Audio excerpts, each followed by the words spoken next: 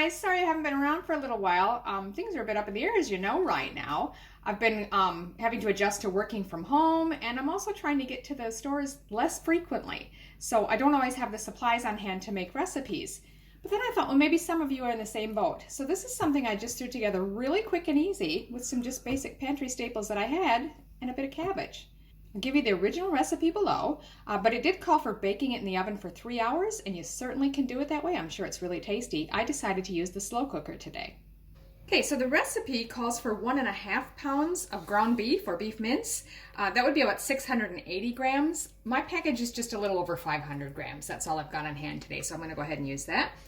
Then you'll need 1 small onion chopped. That'd be about 2.5 ounces or 70 grams. Then it calls for 1 small head of cabbage, coarsely chopped, about 1 pound 13 ounces or 820 grams before trimming. So this is probably a little bit more than I need, even though it's only a quarter. It's a quarter of a pretty large one, but that's all right. I'll weigh it up. Then you need 1 can of diced tomatoes, undrained, 3 strips of bacon. I'm using an Australian shortcut bacon here today. You could use streaky bacon as the closest thing to American style bacon. If you've got that, that will work great. And then just salt and pepper to taste. So I've just got this small frying pan preheated over medium-high heat, and to that I'm going to add the onions and the beef.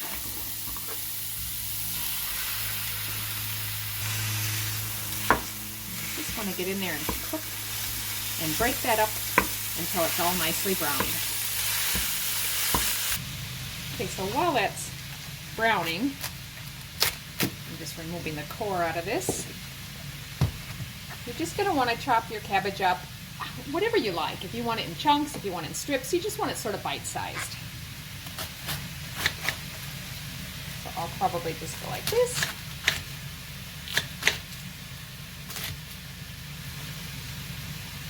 And then back the other way as well, just so I sort of have bite-sized chunks.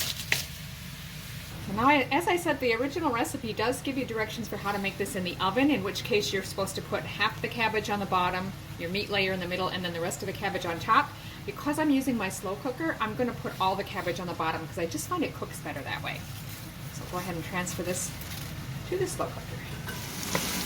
Okay, so we just need it brown because it's going to cook in the slow cooker, so that's good enough. I'm just going to drain the grease. It's up to you. If you don't have much, you don't have to worry about it, of course. I've got a fair bit, so I'm going to go ahead and drain that.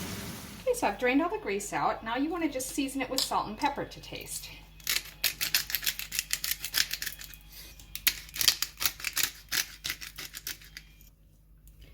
So now we're just going to add this meat layer on top of our cabbage.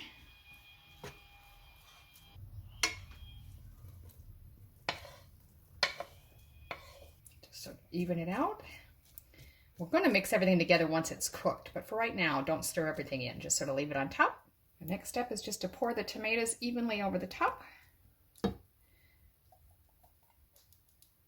Any liquid that's in there you want to keep in there. Mine's pretty thick, actually. So I'll just go ahead and spread that out evenly. Now the last step, the recipe says just to lay your bacon over the top of it.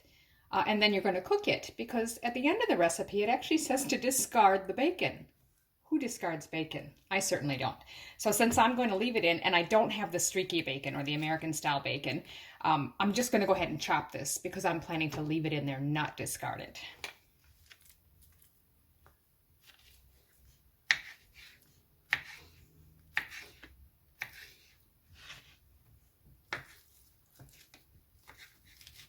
So go ahead and add that on top.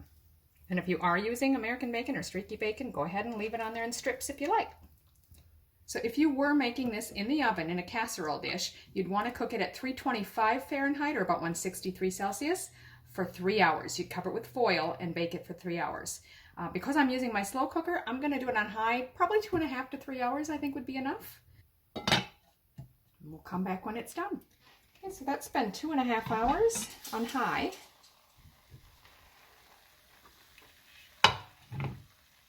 I'm just going to go ahead and mix everything together.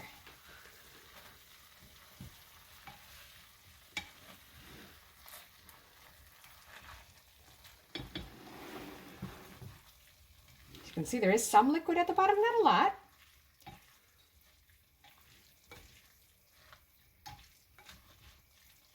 I'm gonna go ahead and dish it up.